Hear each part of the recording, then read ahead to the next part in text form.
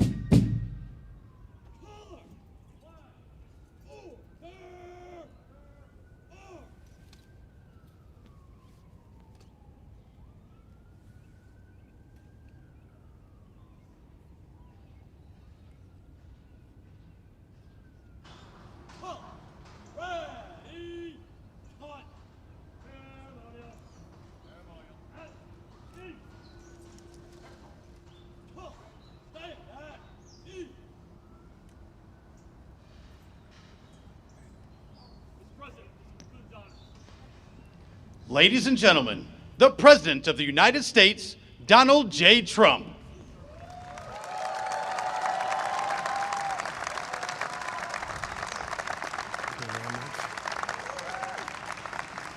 Thank you very much, everybody. What a beautiful British day this is. And it really is. Your Majesties, members of the British delegation, friends, service members, and distinguished guests, welcome to the beautiful White House. Great honor to have you. Melania and I will never forget the spectacular honor Your Majesties showed us during our extraordinary visit to Windsor Castle last September. Now it is our tremendous privilege to host you, and you're going to have a wonderful short stay, but stay nevertheless. Then you're going over to Congress, and you're going to make a speech that's going to make everybody very envious of that beautiful accent of yours. Very elegant. He's a very elegant man. Here in the shadows of monuments to George Washington, Thomas Jefferson, honoring the British King might seem an ironic beginning to our celebration of 250 years of American independence. But in fact, no tribute could be more appropriate. Long before Americans had a nation or a constitution, we first had a culture, a character, and a creed. Before we ever proclaimed our independence, Americans carried within us the rarest of gifts, moral courage, and it came from a small but mighty kingdom from across the sea. For nearly 2 centuries before the Revolution, this land was settled and forged by men, women who bore in their souls the blood and noble spirit of the British. Here on a wild and untamed continent, they set loose the ancient English love of liberty and the Great Britain's distinctive sense of glory, destiny, and pride. And that's what it is, glory, destiny, and pride. The American patriots who pledged their lives to independence in 1776 were the heirs to this majestic inheritance. Their veins ran with Anglo-Saxon courage. Their hearts beat with an English faith in standing firm for what is right, good, and true. In recent years, we've often heard it said that America is merely an idea, but the cause of freedom did not simply appear as an intellectual invention of 1776. The American founding was the culmination of hundreds of years of thought, struggle, sweat, blood, and sacrifice on both sides of the Atlantic. Fate drew a long arc from the meadow at Runnymede to the streets of Philadelphia that ran through the lives of people born and bred on the British code that no man should be denied either justice or right. American patriots today can sing "My country, 'tis of thee, sweet land of liberty," only because our colonial ancestors first sang, "God save the King." We see today a living symbol of this centuries-old bond, just a few dozen feet to the left where I stand. There, Her late Majesty, Queen Elizabeth, an incredible woman who I had the privilege of getting to know. Queen Elizabeth II, very, very special woman who is very greatly missed on both sides of that mighty Atlantic. Long ago planted a young tree. It was a very young and beautiful tree, and look at it now. It's tripled in size and tripled in strength, very much as our nations have even more than tripled. Like our nation itself, it was laid with British hands but grew in American soil. Today it stands tall and proud, reaching ever higher. And this morning it reminds us that the mightiest of trees, like the greatest of nations, must be anchored by the strongest and deepest of roots. In the centuries since we won our independence, Americans have had no closer friends than the British. We share that same root. We speak the same language. We hold the same values. And together our warriors have defended the same extraordinary civilization under twin banners of red, white, and blue. My wonderful mother, Mary MacLeod, was born in Stornoway, Scotland, the Hebrides, and that's what they call very serious Scotland. There's no question about it. Some places they say, well, it wasn't really Scotland. The Hebrides, that's real serious Scotland. That's where they had their greatest of warriors, the greatest of warriors. She came to America at 19, met my incredible father. We loved him so much. We all loved him. We loved her. We loved him, Fred. And they were married for 63 years. And excuse me if you don't mind. That's a record we won't be able to match, darling. I'm sorry. Just not going to work out that way. We'll do well, but we're not going to do that well. 63 years. And my mother, I just see it so clearly. She loved, and I told the king this, she loved the royal family.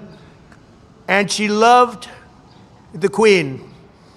And anytime the queen was involved in a ceremony or anything, my mother would be glued to the television. And she'd say, look, Donald, look how beautiful that is. She really did love the family. But I also remember her saying very clearly, Charles, look, young Charles, he's so cute. It's my mother.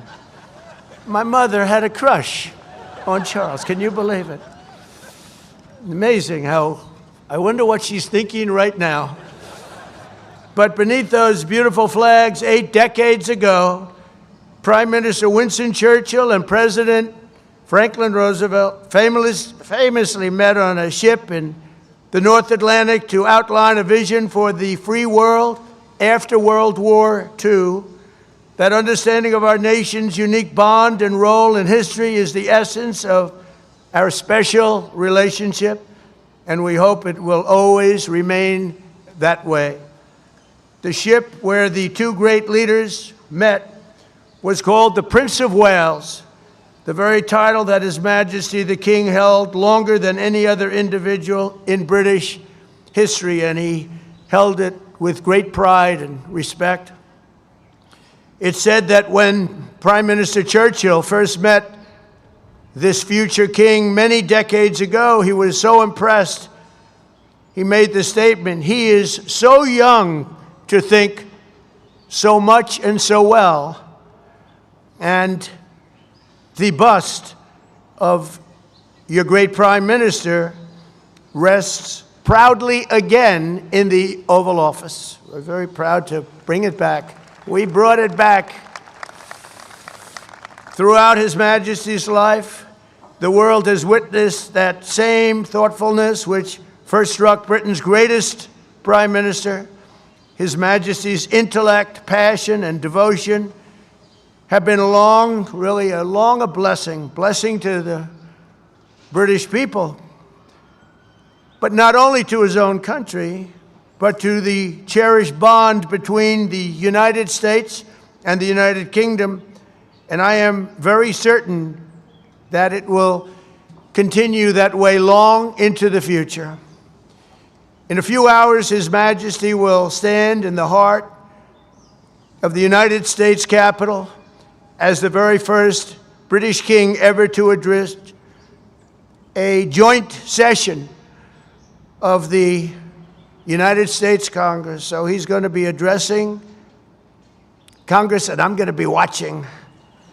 I was thinking of going, but they said, I don't know, that might be a step too far. I would love to go. It's not supposed to be protocol, but I would love to be with you. But there, the direct descendant of King George III will speak to the direct successor of the very body that gathered in Independence Hall on July 4th, 1776. If John Adams and George Washington or the King's fifth great-grandfather could see that sight, they might be absolutely shocked, but probably only for a moment. Surely they would be delighted that the wounds of war healed into the most cherished friendship. Think of that very, very long ago difficult war, and yet those wounds did indeed heal into the most cherished of friendships, most cherished. They would be moved beyond words to know that the soldiers who once called each other Redcoats and Yankees became the Tommies and the GIs who together saved the free world as brothers in arms and brothers in eternity, and nobody fought better together than us. If they could see us today, our ancestors would surely be filled with awe and pride that the Anglo-American Revolution in human freedom was never, ever extinguished, but carried forward across centuries, across oceans, and across history until it became a fire that lit the entire world. So today we look back on 250 years. Let us remember what has made our countries the two most exceptional nations the world has ever known. And together let us go forward with even stronger resolve to carry on our sacred devotion to liberty and to the traditions of excellence that have been our shared gift of all mankind. Your Majesties, thank you once again for making this important visit. We are so honored. May God forever bless the United Kingdom, Great Britain, and Northern Ireland, and may God bless the United States of America. Thank you very much, everybody. Thank you. Thank you.